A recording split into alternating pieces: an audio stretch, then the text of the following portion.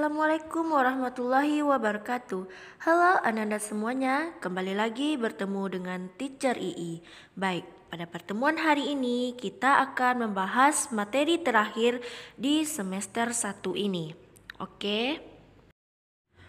Yang pertama, kita bahas dulu perkembangan bumi dan sejarah kehidupannya. Nah, di mana adanya sejarah kehidupan perkembangan bumi ini ada 4 sejarahnya. Yang pertama ada Prakambrium, yaitu kurun waktu Prakambrium adalah kurun waktu tertua sejarah geologi.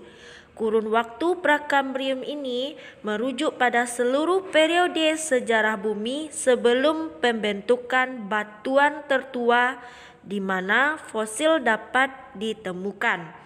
Namun dalam beberapa dekade terakhir, ahli geologi telah menemukan bahwa pada kurun waktu Prakambrium ada fosil yang sulit dilihat. Yang kedua, era Paleozoikum. Pada periode ini dia berlangsung selama 541 juta sampai 252 juta tahun yang lalu. Era ini ditandai dengan munculnya banyak sekali bentuk-bentuk kehidupan baru serta migrasi beberapa benua bumi dari belahan bumi selatan ke utara. Yang ketiga, era Mesozoikum. Nah, ini dia berlangsung pada 252 juta sampai 66 juta tahun yang lalu. Pada era ini, dinosaurus muncul. Dinosaurus menguasai bumi selama hampir 200 juta tahun. Selama era Mesozoikum, benua yang ada sekarang bergabung menjadi sebuah super benua. Namanya yaitu Pangea. Nah, yang keempat ada era Kenozoikum. Pada era ini berlangsung 66 juta tahun yang lalu hingga saat ini. Pada era ini benua diasumsikan berkonfigurasi. Era ini terdiri dari 2 periode, yaitu periode Paleogen dan periode Neogen. Lanjut pada teori perkembangan bumi. Teori perkembangan bumi ini ada 4 teori. Yang pertama, teori pengapungan benua. Teori pengapungan benua merupakan teori di bumi baru ada satu benua dan samudera yang maha luas. Benua ini dinamakan dengan Pangea. Sedangkan samudera yang maha luas diberi nama Pantalasa. Benua tersebut kemudian mengalami pergerakan dan pecah. Berikut fakta-fakta yang mendukung teori apungan benua. Yang pertama, kesamaan garis pantai. Yang kedua, persebaran fosil.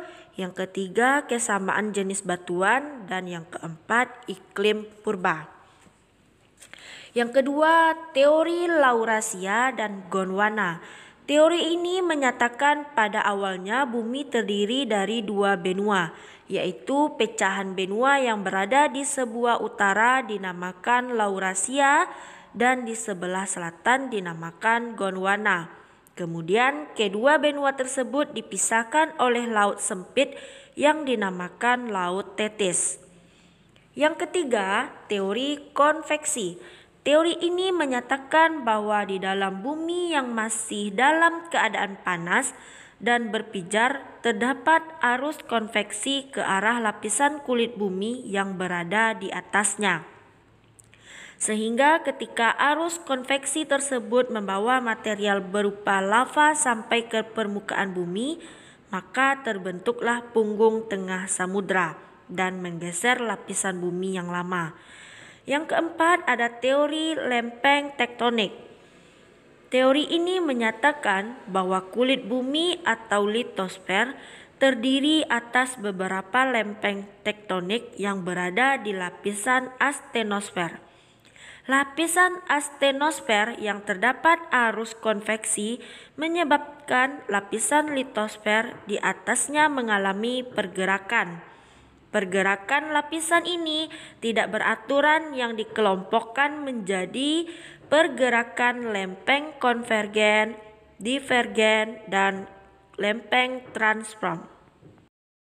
Nah, dapat dilihat pada gambar ini ada 3 pergerakan lempeng. Yang pertama ada lempeng konvergen, disebut pada batas konvergen merupakan gerakan saling bertumbukan antar lempeng tektonik. Tumbukan antar lempeng tektonik dapat berupa tumbukan antar lempeng benua, samudra ataupun lempeng benua dengan samudra. Yang kedua, lempeng divergen, yaitu gerakan saling menjauh antar lempeng tektonik. Fenomena yang terjadi karena gerakan divergen ini yaitu terjadinya perenggangan lempeng yang disertai dengan tumbukan di daerah, pembentukan tanggul dasar samudra, aktivitas vulkanisme laut, dan aktivitas gempa. Yang ketiga, adanya lempeng transform, yaitu adanya pertemuan antar lempeng tektonik yang saling melakukan pergerakan secara horizontal dan berlawanan arah.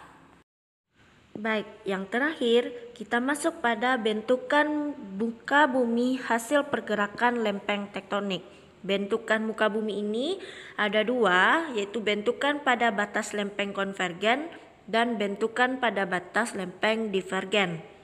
Bentukan pada batas lempeng konvergen yaitu bentukan muka bumi yang terjadi pada batas lempeng konvergen, yaitu lempeng samudra bertemu dengan lempeng samudra adalah rangkaian busur gunung api yang arahnya sejajar dengan arah palung. Pada batas lempeng konvergen terjadi tumbukan antara lempeng samudra dan lempeng benua. Bentukan muka bumi yang dihasilkan dicirikan oleh palung, prisma akresi, cekungan busur muka, busur kepulauan gunung api, dan cekungan belakang. Lalu bentukan pada batas lempeng divergen, bentukan muka bumi yang dihasilkan pada batas lempeng divergen yaitu lempeng benua mengalami pemekaran sehingga terbentuknya laut baru. Contohnya pematang tengah laut yang memisahkan benua Amerika dan benua Afrika, Laut Merah, dan rifting yang terjadi di Afrika Timur bagian utara. Oke, Anda semuanya, materi hari ini kita cukupkan sampai di sini ya. Teacher harap Anda semua bisa memahaminya. Sampai jumpa. Assalamualaikum warahmatullahi wabarakatuh.